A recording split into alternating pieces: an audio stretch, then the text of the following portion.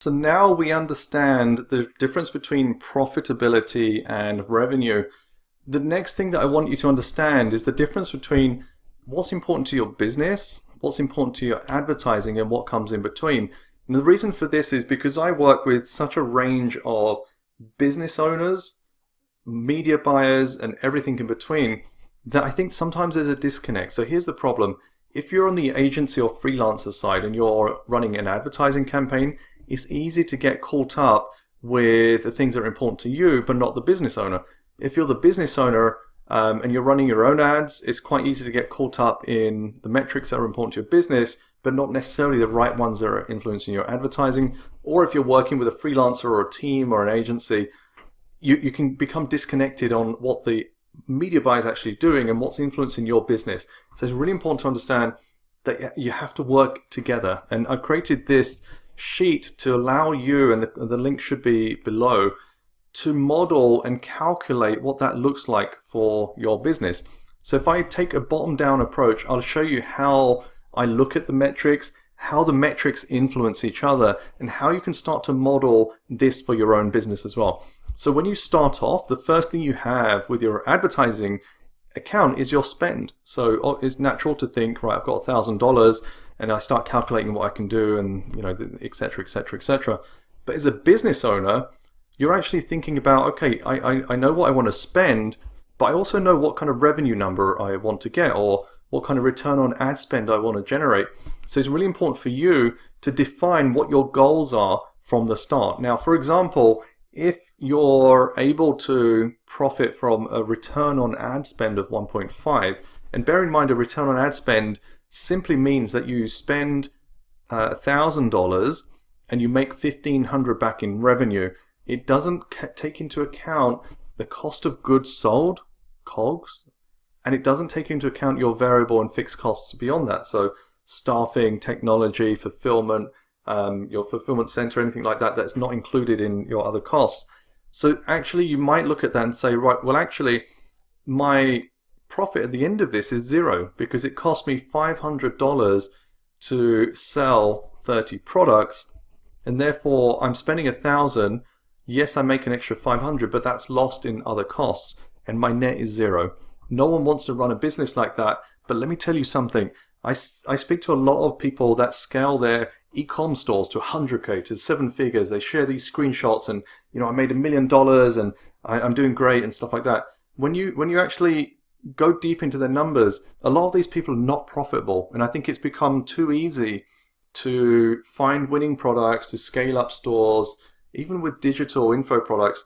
To some extent, some people do get lost in the revenue number without bearing in mind what the profit is off the back of it. If this was an info product, your costs are a lot lower. Maybe a 1.5 is okay. However, for most companies, especially in the e-com space, if you want to reinvest those learnings and you're just starting off and you want to reinvest those earnings and profit from that $1,000, you'll need probably a bit more than a 1.5. So what I've done here is to show you how those metrics kind of relay what metrics are important and what you can influence.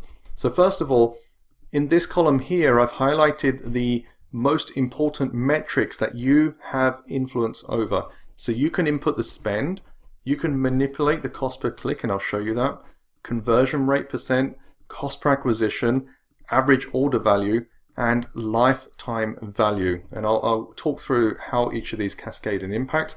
In this particular sheet, you can edit the cells, or you can edit all the cells once you've made a copy, but you can edit the cells in yellow to influence the calculations in the other cells as well. And to simplify the calculations, I put them up here as well, so you know what's going on here as well. And I want you to use this at the start of your campaign planning, for thinking about your product costs and things like that, to figure out what's possible for you and what numbers will work. So if we start off with our spend at the bottom, we've got $1,000 to spend. The first thing I want to look at is what kind of cost per thousand CPM, cost per thousand impressions, can I get? Am I getting? Obviously, if you've never run anything before, you have to run something first. So you need to get an idea of what your CPM is. This is how Facebook actually looks at how much you're paying for your advertising, for example. Then you have your click-through rate. Your cost per thousand and your click-through rate define your cost per click. So with Facebook, you don't actually, the way it works is it gets a bit complex at times, but you don't actually pay per click, you're paying per impressions, and it's a calculation of your click-through rate and your cost per click. Anyway, the cost per click is the cost per impression. So if we say CPM is 1,000 impressions, to get the cost per impression, it's divided by 1,000, divided by my click-through rate equals my cost per click. And you can see the calculation here. So if I'm getting a $20 CPM at 2% click-through rate, that's a $1 cost per click. Okay, that makes sense so far. Then we say, right, for $1,000, if I'm paying $1 per click, how many visits do I get? 1,000. Okay, that's fine. If I'm getting 1,000 clicks, what conversion rate am I getting? And how many sales am I generating? I've actually put this up here. So if we know that our cost per click is $1, what is our CPA? It's cost per click divided by your funnel conversion rate. So here I can manipulate that to show different values. So if my conversion rate doubles to 6%, my CPA obviously drops to $16. My return on ad spend has also now doubled as well. So if I just undo that change, 3% is 1.5. If I change that to 6%, my return on ad spend doubles, which is obvious because I've got double the people buying for the same cost. So my visits are still at 1,000, but now instead of 30 sales, I've got 60 sales coming through because of my conversion rate. So if I put that back, then we look at the average order value. It doesn't matter if you're doing e-com info, anything like that. Your average order value is based on your average selling price multiplied by how many items are in the cart on average. So if you have an e-com store and your products range from, let's say, $10 up to $100, but based on the different types of pricing, your average selling price across the store is $40, and on average most people buy 1.25 products, and that'll be a calculation based on how many items in your cart and how many sales, then your average order value is $50. Now, why this is important and why I've broken out AOV is upsells and cross-sells and bundles and things like that. They all play a part on your average order value. This is to break it out, and it's some of the strategies we'll be discussing later on. So if our average selling price remains as $40, but now we can get people to buy 1.5 items per order, our average order value is bumped up to 60. So our return on ad spend has gone from 1.5 to 1.8 because our CPA is still the same, still costing us the same to acquire that one customer, but we're getting them to just buy a bit more in their basket, which has bumped up our return on ad spend slightly, and therefore our revenue also goes up as well. Now, for example, let's say we get people to buy 2 items per order at the same average selling price. AOV is now $80. Our return on ad spend is now 2.4. Why is this important? It's because I want you to really understand what's in your control and what is a lot more harder to manipulate. So changing these values is based on your store, your funnels, your upsells, your cross-sells, your promotions, your bundles, etc. Changing these values, now you're talking about Facebook algorithm and auction and competition and what's happening in the economy and things like that. So you should start to understand how certain metrics are easier for you to manipulate and certain ones are not. So if, for example, I'll change that back to 1.25, in this store, we want to improve our return on ad spend. What are the key levers that we can work on here? In column D, I've highlighted them. So AOV, CPA, conversion rate, cost per click, and also spend as well. But the return on ad spend is based on these 4 metrics. And I put these in that order because return on ad spend, as you can see, equals my average order value divided by my cost per acquisition, which is AOV divided by CPA. My AOV, as we've discussed, is that. My CPA is my cost per click divided by my funnel conversion rate. So that gives me the $33. Conversion rate equals the number of sales I've generated divided by the number of visits. And the number of visits I can generate for $1,000 depends on my cost per click. So you can see the cascading impact of everything we do. Now, for example, if we can get our CPMs halved, and I'll show you strategies later on in the training on how to do that, now your cost per click has dropped to 50 cents. So just by manipulating the cost you're seeing for the same audience, maintaining the same click-through rate and conversion rate, your CPA is now halved, your return on ad spend has doubled. Like, that's a huge difference. And I think a lot of people don't realize how doable it is to manipulate the auction costs by just working the algorithm in your favor. And that's a big part of this module on building great offers that reach the right people at the right time with the right message and convert them highly, has a big impact on your CPM. Here's another thing. Did you know that the higher your conversion rate is and the lower your bounce rate is, the more Facebook favor you, and your CPM drops as well, or how engaging your ads are and things like that. So there's many ways you can drop your CPM. Your click-through rate is dependent on how well your ad resonates with your audience, but and at least from my perspective, it's actually at times harder to get a higher click-through rate and maintain your conversion rate than it is to get a lower CPM and maintain your CTR and your conversion rate. So for example, if I double my click-through rate to 4%, often my conversion rate will drop. So your net impact isn't as high as otherwise it could be. So there's just a few things to bear in mind that when you're working with Facebook, and we will break these down in subsequent sections on how to manipulate your cost per thousand impressions, how to improve your click-through rate and try and maintain a positive and kind of stable conversion rate, how to work on your cart and your upsells and your cross-sells, doesn't matter what you're selling, if it's physical or digital, how to balance your return on ad spend. But here's the big thing I want you to take away.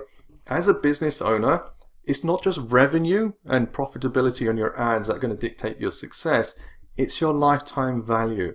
This is another big part that we'll be covering off in the training as well. What do I mean by lifetime value? There are many different ways of calculating this, but I'm looking at my customer lifetime value based on a fixed amount of time, but as far as I can go. If you're a brand new business, your lifetime value is going to be months, or if not days or weeks. If you've been established, it could be years.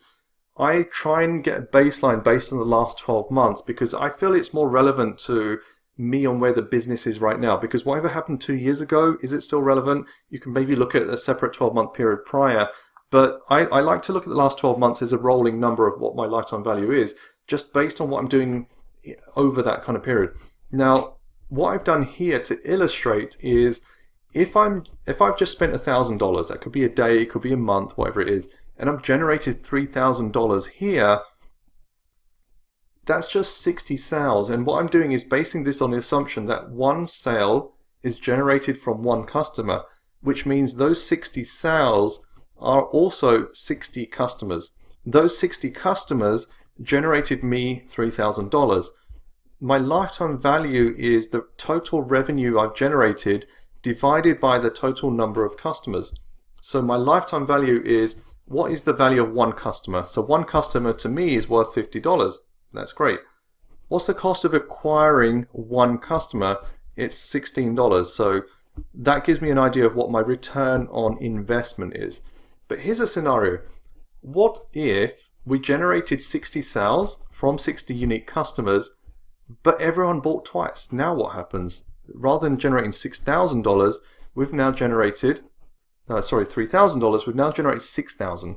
So without changing anything down here, we've still spent our same $1,000 in ad spend, but we're now doing initiatives here to bump up the value of existing customers to get everyone to buy twice. And it's just put out there as a number.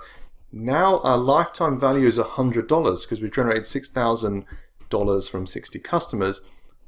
And our return on investment has massively shot up as well, because that $100 has come from that single $16 investment in that customer.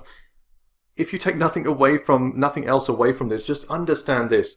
When you play with Facebook advertising, it's a cost to acquire that person away from Facebook and into your business that you need to focus on. And why that's relevant is because I see a lot of people who are running front-end offers and they're not profitable. So if we kind of reset this back down and our return on ad spend is 1.5, let's just say, for example, we're really struggling with CPMs right now. So CPMs are now $30. Your return on ad spend based on these numbers is now at 1. So your $1,000 generates $1,000 in return. For most businesses, that's not profitable. You're going to decide it's not really worth your time. your cost per click is too high, even with a 3% conversion rate, you're not doing so well. You're only able to generate a $1 in, $1 out return. But here's the thing. What if your lead offer was $50, but there's a back-end offer for existing customers where you get those 20 customers to buy another $50 product? Now you've generated $2,000. So your lifetime value is now $100. Your cost per acquisition is still $50, but rather than paying $50 and getting $50 back, you're now getting $100 back. What if over the lifetime of the customer, you end up generating another $1,000 from them? That's $3,000 from the same 20 customers that it cost you $50 to acquire. That one customer that cost $50 is now bringing you $150. And maybe, over the next period, you don't advertise anymore, but you're generating more and more income. That's $300 from that same $50 acquisition. Now, obviously, over time, you're going to be spending more and, your ad costs go up and you're trying to balance everything out. And then therefore, with more spend going in, your lifetime value would naturally drop. But the key thing I want you to understand is Facebook advertising is an acquisition tool. It's not the tool that's going to generate growth, profitability, and everything else for your business. And that's why through the program, we'll also cover other aspects of making Facebook ads work. And one of the key ones being email, for example, and customer retention and customer repurchase rates and things like that. So, the bottom line from this is understand the difference between the advertising metrics, your funnel metrics, and what's important for your business, but then also see how each of those are reflected all the way through your funnel, which are the key levers that you can manipulate and what you need to be working on, and what are the KPIs that you need to be pushing and editing. And also this will give you an idea of how to manipulate each part of the kind of equation on profitability and growth. And as part of the BPM method, we go through and show you how to manipulate each of these key metrics to get higher performance from your Facebook ad account.